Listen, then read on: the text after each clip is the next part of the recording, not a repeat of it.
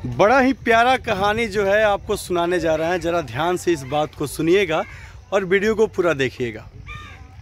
एक कहानी है एक ऐसे युवा की जो बिहार में एक अपना छाप बनाता है, एक लहर तैयार करता है और कुछ लोगों के चलते वो जेल चला जाता है। और जब जेल से निकलता है तो ज्वालामुखी बन के निकलता है और बेतिया लोकसभा चुनाव लड़ने के लिए तैयार हो जाता है। वो चुनाव मनीष कश्यप नहीं लड़ रहा था, वो चुनाव बेतिया के तमाम जनता जनार्दन लड़ रहे थे, माँ बहनें लड़ रही थी, उनका दूध से जलाभिषेक कर रही थी। एक ऐसा लहर जो यह तय कर चुका था कि इस बार बदलाव होगा और बेतिया लोकसभा से सिर्फ और सिर्फ मनीष कश्यप ही आएंगे। ये तो तय था कि मनीष कश्यप जीत जाते, जिस प्रकार से उनको प्यार मिल रहा था। लोग जाति की बात करते हैं, लोग बोलते हैं कैंडिडेट को लोग वोट नहीं देगा। तो ऐसा लहर जिसमें हिंदू मुस्लिम सभी मनीष कश्यप को प्यार कर रहे थे और सभी साथ खड़े थे, बस एक उम्मीद के साथ कि इस बार पूर्व जो हमारे सांसद हैं उनको हराना है और मनीष को ही सांसद बनाना है।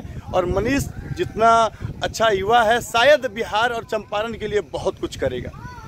अब देखिए क्या होता है। दो नटवर लाल की एंट्री होती है, नाम नहीं रखेंगे।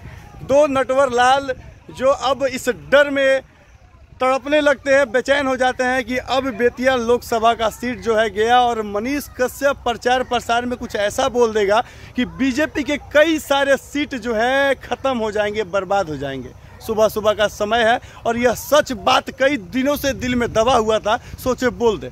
दो नटवर लाल पहचान गए होंगे, फोटो देख रहे होंगे।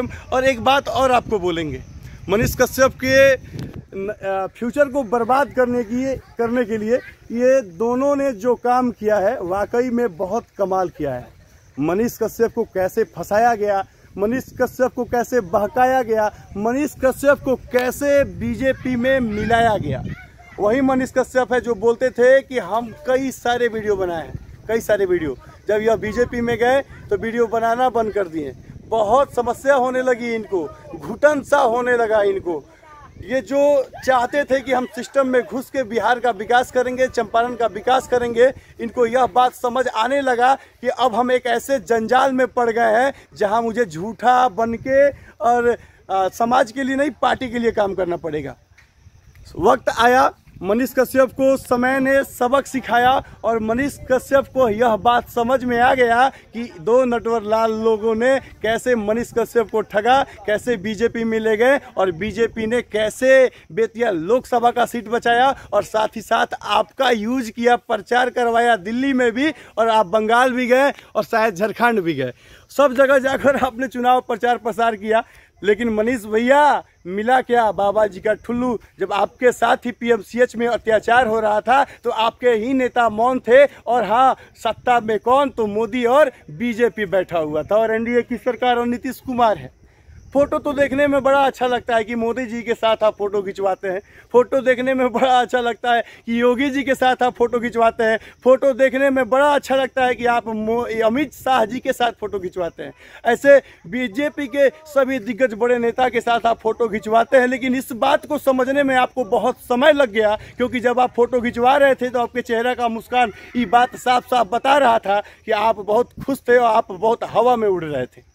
और जो व्यक्ति सबसे ज़्यादा हवा में उड़ता है वो उतना ही ज़्यादा नीचे गिरता है, और जब नीचे गिरता है तो उसको बहुत ज़्यादा तकलीफ होता है और बहुत ज़्यादा चोट लगता है। खैर, बुरा लगने के बाद भी अगर इंसान संभल जाए और अपने कर्मों और अपने व्यवहार को बदल दे और समाज के लिए कुछ आईना भर के कुछ अच्छा काम कर दे, तो हमें उम्मीद है कि जनसुराज में भी आप जाएं और जनसुराज के माध्यम से भी चंपारण और बिहार के आवाज़ बने।